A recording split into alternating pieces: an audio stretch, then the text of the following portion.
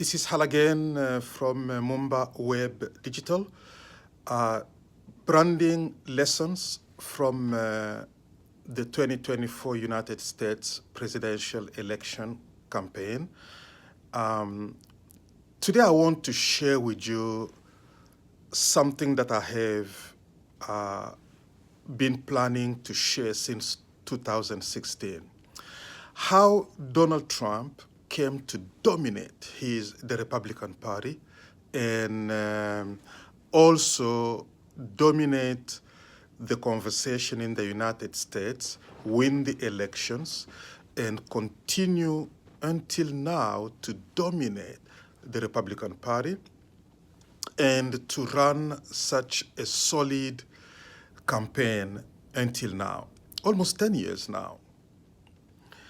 And my goal here is just to point to his approach, his strategy, and his methods that were misunderstood and overlooked, ignored, and missed by the media, his opponent, the whole country.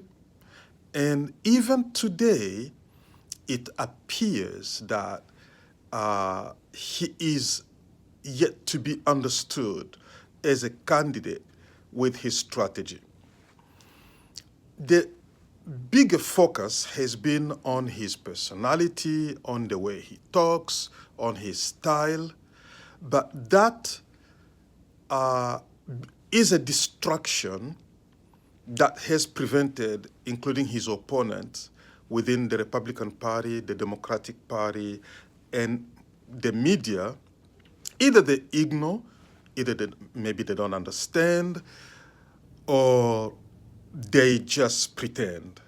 And none of these options is good for them and for the country. Donald Trump is an excellent marketer, but he's also good with his branding strategy. In 2016, Donald Trump had done a study of the American audience. Let me call that audience because I'm talking about branding. He identified a segment of the population that was ignored, discarded, and overlooked. He understood their problems and he crafted a brand message that resonated with them. And then he spoke to them. I am not going to deal with the people or the policies or what, but I'm talking about his branding strategy. He tapped into a section of the market that was ignored, overlooked, rejected, and not noticed. And he spoke unto them. He identified with them. When Hillary Clinton tried to fight that strategy, she fell in a trap and called them the deplorables. That was a wrong approach because these people are United States citizens, and as such, they need a government that listens to them, that hears their pains, and at least acknowledges them and speaks into them. Now, if you put aside the style, the way to speak to them, and all those other things, we still need to acknowledge that Donald Trump did his homework. He understood what it took to win. Once he locked that percentage, that proportion, that segment of the audience within the Republican Party and within the country, he locked in his position and dominated the Republican Party and dominated the country. And then he had 4 years to build a record in terms of his performance in office. He did make a lot of mistakes as well in the process. He's still not a real politician. And therefore, he forgot to balance his message to the rest of the country. But because he locked up, because he gained the trust of that segment of the audience, until today, he has control of the Republican Party. I don't think throughout history we've seen a candidate like that who has dominated a party for 10 years, single-handedly dominated a major political party for 10 years in a row. And I can probably, if I say that, I can see him still have great influence of the Republican Party over the next 5 years. I will not be wrong. I will not be wrong. He awakened something, and they embraced him. They became his advocate. They became his faithful and loyal customers. Until now, the Democratic Party misread the market situation since 2016. They refused to read the handwriting on the wall. So they resorted to insults and character issues and personality, things that had nothing to do with really serving the people. And until today, they still paint him as a danger to democracy and stuff like that. And they have failed to recognize their own weaknesses, to recognize why most of the country is not resonating with their message, why they continue to be rejected until today, why Donald Trump is still doing as well as he is at this stage. And so even now, they are failing to address his winning strategy effectively. And so Donald Trump has a 50-50 chance of winning another term. And and then his new strategy, in order to continue his movement, he has chosen a vice presidential candidate who is going to carry on the torch, and which means that there is a possibility that the Trumpism movement, as they called it, may continue for another at least 10 or 15 more years. That is an amazing accomplishment, in the United States of America. I'm not very totally familiar with the previous history of American politics. I'm still studying, but I'm not sure that there's been this type of force, political force, transformative political force in the country. A lot has been thrown at him, legal pursuits, and the whole press, most of the media lined up against him. Under such circumstances, I have to acknowledge that his strategy has been good. Now, after the first term, because of the missteps and because the country had not yet understood him, and because a lot of people were still susceptible to the old methods of politics, that election escaped him.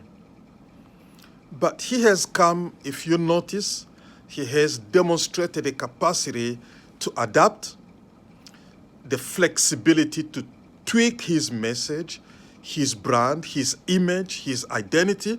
Can you imagine that today Donald Trump has become a motivational speaker?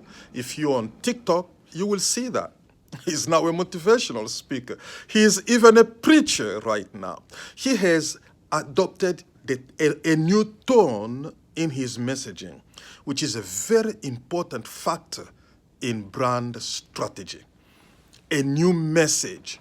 He's speaking to reaching out to other segments of the audience that did not follow him the first time around. So having locked up that other portion of segment of the audience, of the population, he's now expanding his audience. So now we see his opponent, the other side, that continues to fail to understand that branding is now the future of political power. They are questioning black people, black men, why are you siding with Donald Trump and stuff like that. But they're failing to recognize the power and the effectiveness of his approach. He has succeeded in resonating with black men, even a lot of black women, and other minority groups.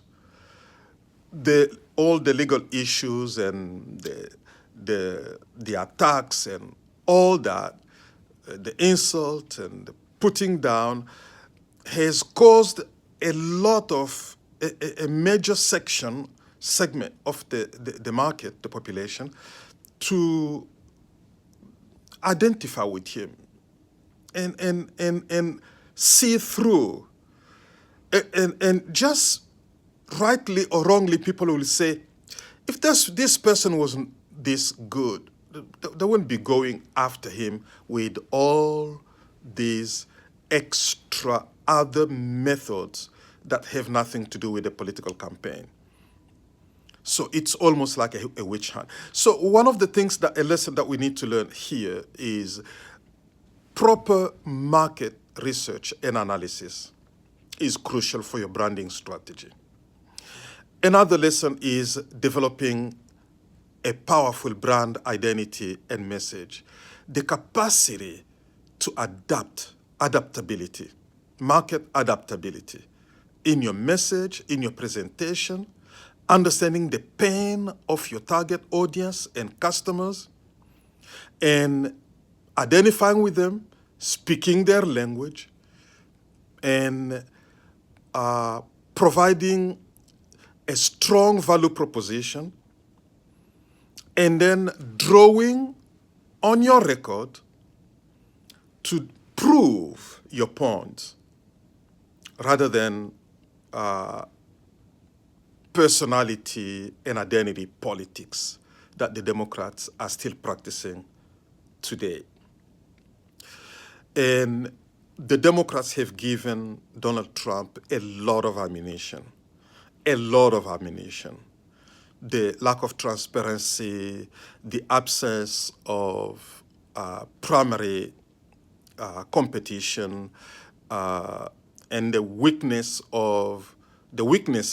of a chosen candidate who has not proven her strength in politics and doesn't have a record of success in campaigning and elections, and the disastrous policies for many people within the population, what they consider to be disastrous, of the last 4 years of Biden-Harris administration, the unfulfilled promises from the perspective of a wide section of the population, which are called the market, the client. All these issues have compounded to become an asset, ammunitions for Donald Trump. So you will notice that his messaging approach has completely changed to the point that even people who swore to be never Trumps are now lining up with him. J.D. Vance, his vice presidential candidate, is one of those within the Republican Party. Even many Democrats are now siding with him, who 4 years ago would have told you, never in this life would I side with Trump. They are. And this whole drama that is playing right within our eyes, has is proof that branding is the way to go in the future, and proper branding.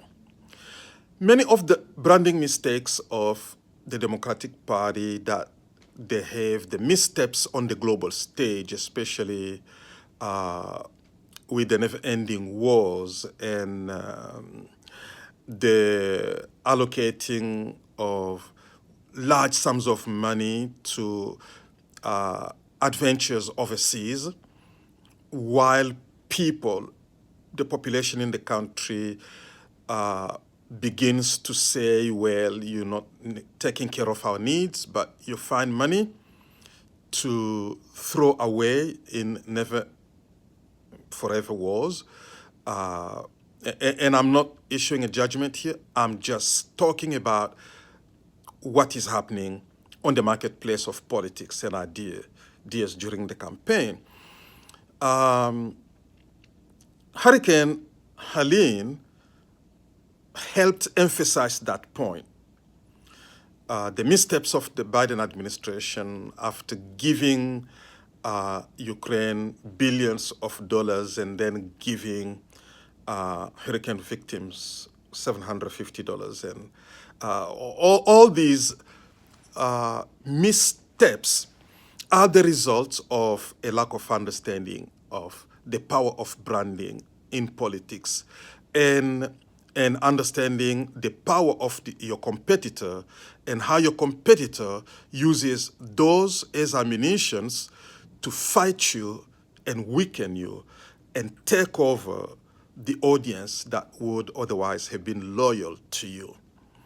So, another thing that I will point out here is the Democrats have spent a lot of time, both globally, you can see that in the global conflict between the collective West, as we call it, and Russia, is they spend a lot of time demonizing President Putin. He has cancer, he's dying, he's an autocrat, he arrests his oppositions and kills them and doesn't allow freedom of press and stuff like that, and Ukraine is winning, and Russian soldiers are fighting with, I don't know, spoons or stuff like that. And then gradually, people begin to see that you've taken our freedom to talk. There's censoring on social media. So there goes the credibility of your brand through the window. And so all these tactics that used to work before can no longer work in the branding era that we live in. So the Democratic Party need to take a step back and learn and study for the future the power of branding and truthfulness in branding, your integrity, your credibility. This new generation of the population, of the citizens, are not going to forgive you. You have to earn their trust. That is powerful in branding. Earn their trust. Build a record with them. Don't do things, don't formulate policies on assumptions. Speak the truth. And be honest to admit mistakes, okay? We see the case of Boeing. Boeing with the Boeing 737 problems that they had, all the accidents and the crashes, they had to own, but it took them a while to own, and they started losing, and Airbus took advantage, but now China has penetrated that market. So in this razor-sharp competitive environment, there is the margin of error is very, very thin. You operating on a knife's edge constantly, night and day. You have to watch over your brand with your life. And the Democrats are not doing that. And so the whole situation is collapsing, the whole approach of Biden is collapsing. All the promises have not been kept. And then they have a candidate that doesn't seem to know what she is talking about, and it's mostly identity politics. So this election has become tight, an election that could have easily turned into the Democrats' favor. Their own branding missteps are destroying them. So branding is key, whether you're in business, whether in relationships, whether in politics. It's important to see in international relations. You can see how the global South has walked away from the collective West. Even members of NATO, EU, countries that were lined up with the collective West are now jumping boat and going to line up with the BRICS. And President Putin of Russia, who was demonized, is winning friends, new friends, every day. Strategies that worked yesterday, sanctions and stuff like that, are no longer working. So you can't use power and control to win the market. You have to win the minds and the hearts of the audience around the world. These are powerful branding lessons that every nation needs to learn if you are to survive in this present age. Well, for now, that's all I had for you. A few branding tips from lessons from the current global crisis, and dominated by the war in Gaza, which I didn't touch on, and the war in Ukraine, which I barely touched on, and the economic war between the West and China and Russia, and politics here at home, the elections, the campaigns. I will continue to break these things down and provide lessons for not only entrepreneurs, for businesses, for organizations, but also for political leaders to understand what it takes to win in the 21st century and to exert lasting influence on the global stage. If you're not subscribed to our channel, please do so now, and like this video, share with others, and tell us what you think about this in the comments, and we will truly appreciate. Let's go.